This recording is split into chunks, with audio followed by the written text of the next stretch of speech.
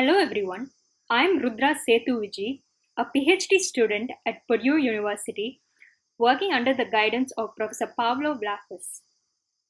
Today, through this presentation, my co-authors and I would like to propose a Kalman filtering approach to denoise 3D PTV track measurements. Volumetric particle tracking velocimetry, referred to as 3D PTV, is an optical flow measurement technique which measures the fluid velocity by tracking individual tracer particles that are seeded into the flow. 3D PTV, as shown in this flowchart, has a complex measurement chain. Each step in the process incurs an error, and as these errors propagate through, they interact in nonlinear ways, thus severely affecting the final flow field measurements and other derived quantities such as flow acceleration, pressure, and vorticity. Thus, track filtering is a crucial step in the measurement chain as it helps minimize the propagated uncertainties, thereby providing reliable measurements. Kalman filters are one among the most well-known signal denoising techniques. They have long been a part of the 2D PIV-PTV literature for particle track filtering. For instance, Yagov et al. 1992 is a 2D PTV work which introduces three variants of a classical Kalman filter: the P-type, the PV-type, and the PVA type. Over the years, several numerous variants of Kalman filters had been developed for various applications. In this presentation, we will mainly focus on the P-type Kalman filter, the most basic variant of all. Unlike many filtering techniques that work only with experimental data points, Kalman filters combine the experimental measurements with estimates from existing physical models to produce more accurate results. In PTV processing, the set of inputs that need to be provided to the Kalman filter are: one, the complete particle trajectory along with its position uncertainty given by the sequence of yi ri, and second are the set of inputs required by the physical model to obtain the model estimates. The Kalman filter as output not only gives the filtered track but also provides an estimate of its uncertainty, which is given by the sequence of xi's and pi's. If the xi's correspond to only the position filtered tracks, then the Kalman filter is referred to as a p-type filter. One important point to note here is that the instantaneous position uncertainties given by Ri need to be known a priori. In the literature, R is either user-defined or computed based on global noise statistics.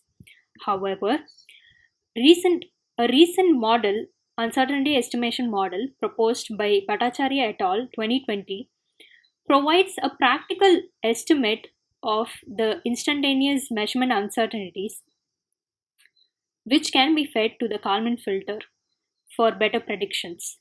Thus, by leveraging the recent volumetric PTV uncertainty model proposed by Bhattacharya et al. 2020, we propose that the Kalman filter will be a suitable framework for track filtering and uncertainty quantification for 3D PTV measurements.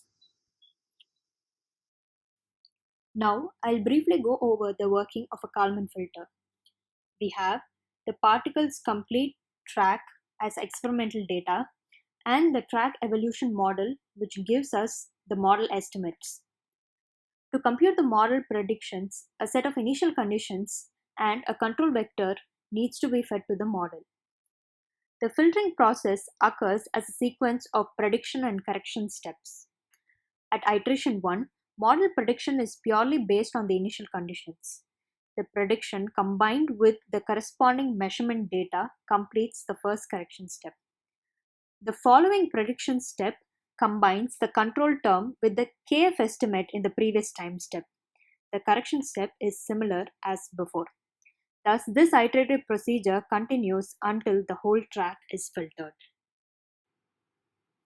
The way in which the p-type Kalman filter combines the measurements and the model estimates is given by equation 1.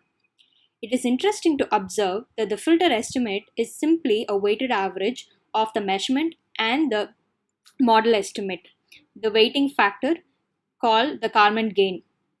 Kalman gain is defined as the ratio of the model prediction uncertainty to the total uncertainty, which is the sum of the prediction uncertainty and the measurement uncertainty.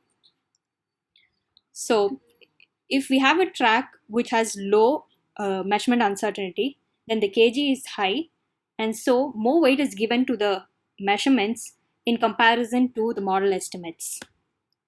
From this, it's evident that the Kalman filter at its core is an uncertainty informed filtering technique.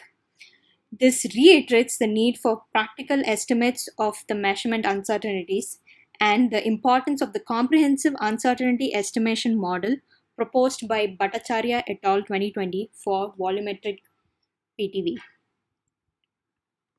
On the right are two plots that illustrate the filtering action of the p-type Kalman filter.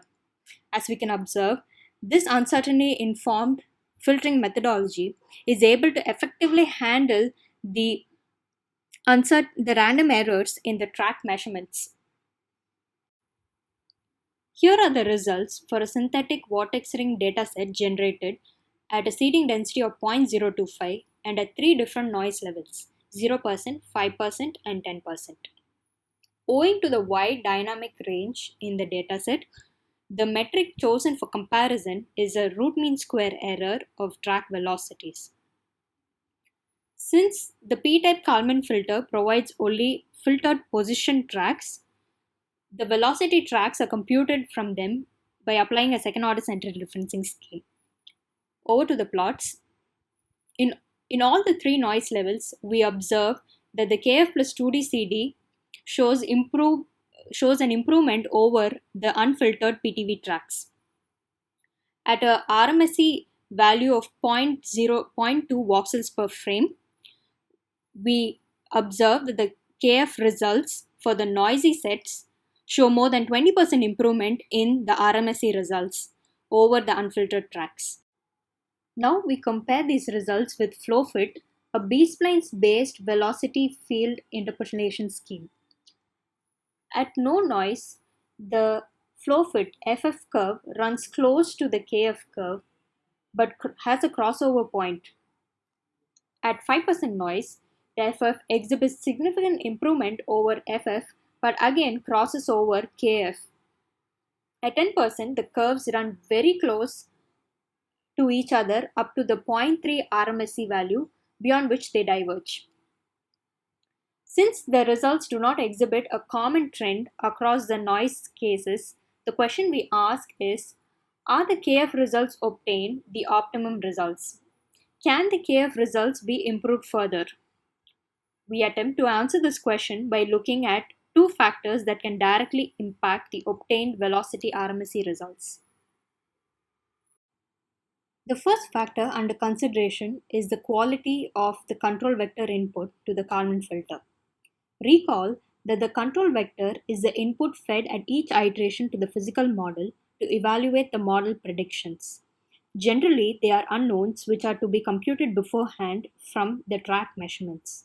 But here, we feed in the true control obtained directly from the analytical solution of the vortex ring and observe the results. In this ideal scenario, where the control vector is in accordance with the true flow field, the KF curves shift towards the lower error range, thereby bringing them at par or even better than FF. The second factor is the sensitivity of the KF results to the derivative computation method used to obtain the KF velocity tracks from the filtered positions. Here, we introduce an additional curve, the KF plus GS, which corresponds to a Gaussian smoothened velocity track evaluated directly from the KF tracks. Across all three noise levels, it is evident that the GS kernel based derivative computation, KF plus GS, leads to more accurate results in comparison to the KF plus 2D-CD and FlowFit. Therefore, from the variation in the results obtained from the change in control input quality and track derivative computation, we realized the need for an in-depth analysis on the parameters that can affect the Kalman filter results. Here are the results for an experimental laminar pipe flow at Reynolds 600. At 0.2 voxels per frame RMSE, the percentage improvement over the unfiltered tracks recorded for KF plus 2CD is around 6%, for KF plus GS is around 33%, and that for FF is close to 58%. Similar to the vortex ring data results, the KF plus GS performs better in comparison to KF plus 2CD. However, FF produces the most accurate results in this case, which is unlike the trend observed in the vortex ring case, wherein the KF plus GS produced the most accurate results. Based on the results presented for the two relatively simple test cases, we realized the need for more in-depth analysis on the performance of KF. Currently ongoing investigations are focused on 1. Identifying the parameter settings under which the Kalman filter would perform optimally. Part of this study involved the investigation of the impact of derivative computation schemes on velocity track results computed from the p-type KF. This led to a new development, the KF plus GS method, which could potentially be developed into a new integrated track filtering methodology that is simple and more reliable. Our next focus is on comparing the obtained velocity results with a PV type KF, a KF variant which delivers both the filtered position and velocity tracks at once. We are also focusing on studying the uncertainty estimates that are evaluated by KF. To summarize, track filtering is a crucial step in the volumetric PTV measurement chain as it helps minimize the propagated errors and uncertainties. Kalman filters are one among the widely known track filtering methods that have long been a part of the 2D PIV PTV literature. Its strength lies in its ability to combine experimental measurements along with physical model predictions through a series of predictor-corrector steps to produce accurate track results. Through the definition of the Kalman gain, a key parameter in a Kalman filter algorithm, we realize that in essence, a Kalman filter is an uncertainty-informed track filtering method. The recently proposed comprehensive 3D PTV uncertainty estimation model by Bhattacharya et al. 2020 enables KF to be a suitable track filtering technique for volumetric PTV. This framework would directly address the rising need for volumetric PTV uncertainty quantification.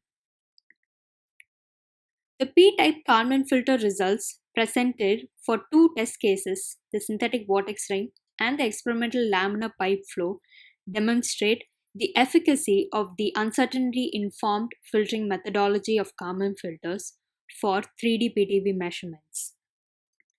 Finally, an outline on the focus of current investigations on the performance of KF was discussed. A potential new track filtering methodology, KF plus GS, is under construction. With this, I conclude my presentation.